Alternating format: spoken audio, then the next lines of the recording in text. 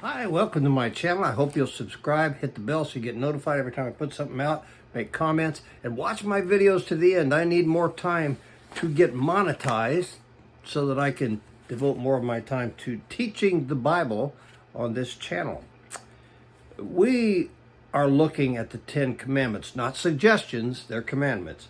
But remember that these laws don't save you. Jesus saves by his payment for our sin on the cross when we come to him in faith. 10 Commandments are about relationships with God, relationships with worship of God, and society, meaning other people. When we get relationships right, we get life right. We get life squared away. And we need, obviously, we have wars all the time, and people are killing each other in the street and raping each other and plundering and stealing. And we need to get relationships right to get life right. Exodus chapter 20, verses 8 through 11. It says this: Remember the Sabbath day by keeping it holy. 6 days you shall labor and do all your work. But the seventh day is a Sabbath to the Lord your God.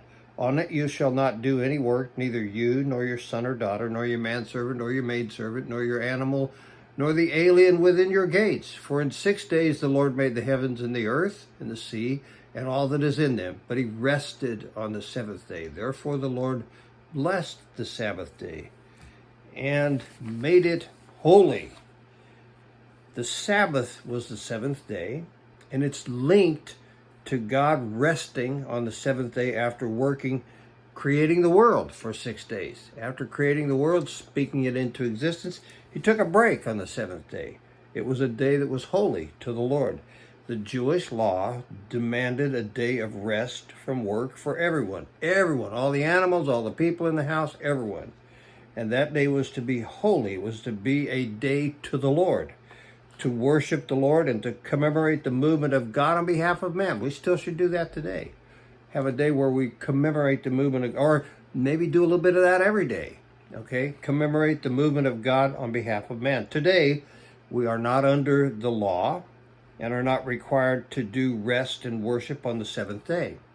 There's other times we can do it. Typically, the Christian world worships on the first day. But we're free to worship anytime. We really are free to worship anytime.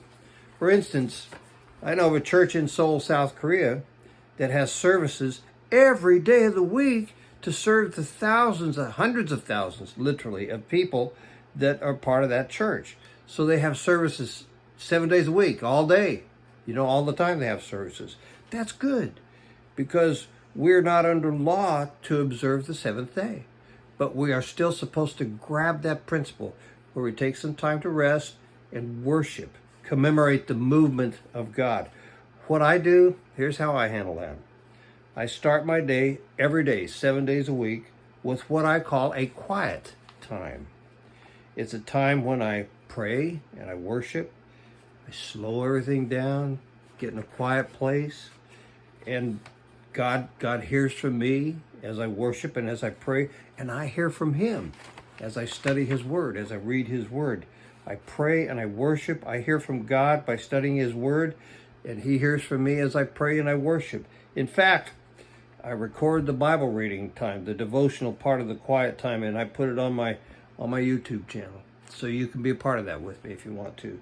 It's I'll put that out every day and mark it for people.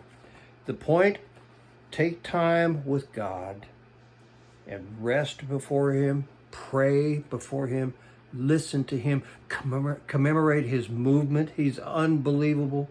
He's in the center of your life. Get that relationship squared away. It'll square your life away. You will build your relationship with him. It's the most important relationship there is. Hope you will subscribe, make comments, and help me get this out to more people. And I hope you'll spend a lot of time with Jesus. Bless your heart. Have a great day.